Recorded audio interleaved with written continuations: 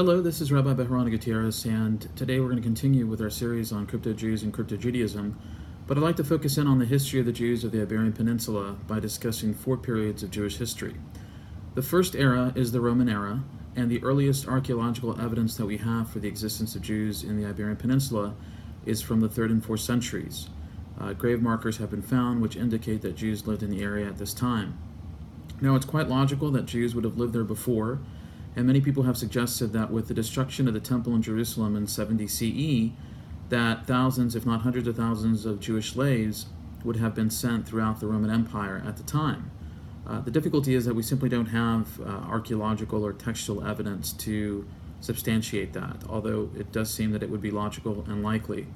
Some people have also suggested that we refer to the book of Obadiah, chapter 1, verse 20, which speaks about the exiles that are in Sarfat and in Sepharad.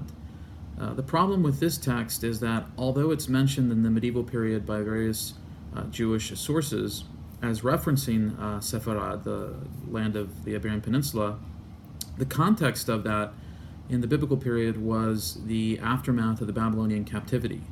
So it seems difficult that the Babylonian exile would actually have sent people to areas where the Babylonians did not have any control over. So it's more likely that those references apply to places in the Middle East, and that what happens in the future in the medieval period is that there is an identification and an association with Sepharad in the biblical text with the Iberian Peninsula. The Roman Empire declined over a period of time, and in the early part of the 5th century, Germanic tribes, including the Goths and the Visigoths, invaded the Western Roman Empire. The Visigoths formed a kingdom in southern France, and in the northern parts of Spain. And as the Visigoths gained control of this area, over a period of time, they converted from Arian Christianity to Catholic Christianity. And in doing so, they adopted a much more terse approach to Jewish relations.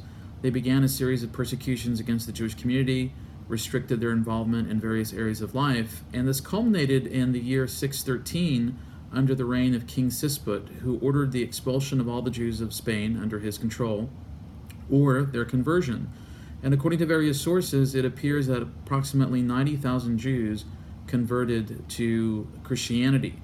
What's interesting, though, is that there are a series of church councils that take place in Toledo, in the ancient capital of Spain, which indicate that these individuals who had converted continued to practice Judaism secretly. They practiced dissimulation. They feigned their adherence to Christianity and continued to observe Passover, to circumcise their sons, to keep the various laws of kashrut in some form or fashion. And this issue was of great consternation and troubled the governing church authorities in the Visigothic kingdom. And so we see a series of laws that are enacted that are situated and directed toward the elimination of these practices among Jews. And I think it's fascinating because what we see, as we'll note in the Islamic period, is that there is a pattern of forced conversions that takes place, and there is a pattern of dissimulation of Jews practicing their Jewish religion in secret to the best of their ability and waiting essentially till the day that they can practice openly their religion. The Visigothic kingdom came to an end in the year 711 with the invasion of North African, Berber, and Arab tribes, and Islam spread quickly throughout the Iberian Peninsula. Only the northern reaches of the Iberian Peninsula were still under the control of Christian kings, and during this period of time, Jews actually were able to practice Judaism openly. The period under the Islamic rulers for the several centuries is referred to as the Golden Age of Jewish Spain, and the reason for that is because Jews achieved a level of social and economic prosperity that they had not enjoyed for quite some time. And we find a number of prominent individuals during this period of time, Jewish poets, Jewish philosophers, grammarians, and of course rabbinic scholars that flourished, although things were not as rosy as they are often depicted. There were groups like the Almohades and the Almohades in the 12th and 13th centuries that arose. These Islamic groups were fundamentalist Islamic groups which did not have the kind of tolerance that earlier Islamic groups like the Umayyads had in Cordoba. And these groups were, I guess in many ways you could compare them to ISIS or Al-Qaeda in the sense that they had little tolerance and little patience for any groups, Christians or Jews, that did not submit fully to Islamic control.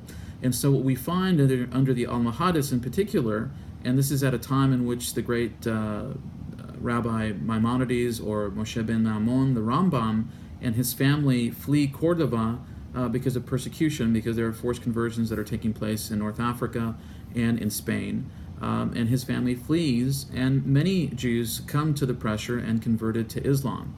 And there's a whole discussion about these individuals and the dissimulation that took place, because Islam, in contrast to Christianity, was regarded by many rabbis as being a truly monotheistic faith. So the challenges that presented themselves with the Trinity in Christianity were not confronted by individuals who were feigning adherence to Islam. But that's another discussion that we can look at in a separate video. Islamic rule in Spain eventually declined, and during the period of the Reconquista, the reconquering of Spain by the northern Christian kingdoms of Castile, Leon, and the Kingdom of Aragon in particular, the fall of Islam began to occur. And over a period of decades, Islamic rule began to wane until they were eventually left with only the southern reaches of the Kingdom of Granada under their control. Now, during this period of time, in the 1200s and into the 1300s, Jews began to move northward. Because of the instability and of the persecution that they had faced under groups like the Almohades, Jews actually found that they were treated better under Christian control than they had been previously. And so the Christian kingdoms provided them with safety and with economic opportunities that they did not have previously. The Christian kingdoms, of course, are of particular interest to us because it's under the Christian kingdoms that the Jewish community reaches its apogee in many ways. It's tight numerically, and in many ways we could say economically, but it's also at this point that we begin to see tensions mount. There's an element of anti-Semitism that is endemic within Christian circles of the period, and it's in the middle decades of the 14th century, in the 1350s and 1360s, where we have civil war and unrest, which find anti-Semitism and persecution of Jews as a common outlet of different sides in this struggle.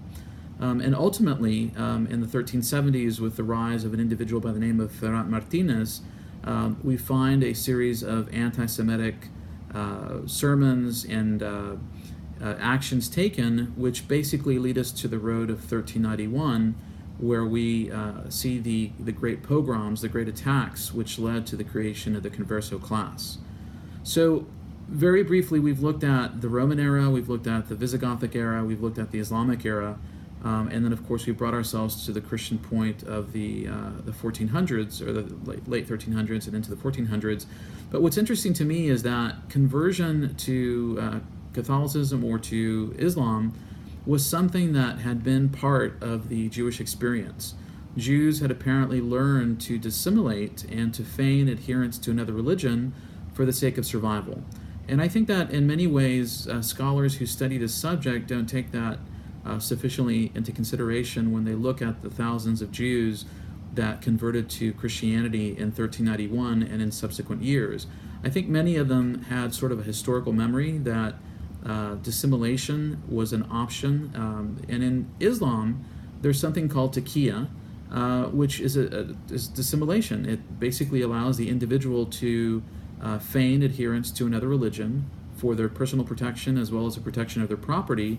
And I think the fact that Islam ruled much of Spain for almost 800 years cannot be ignored.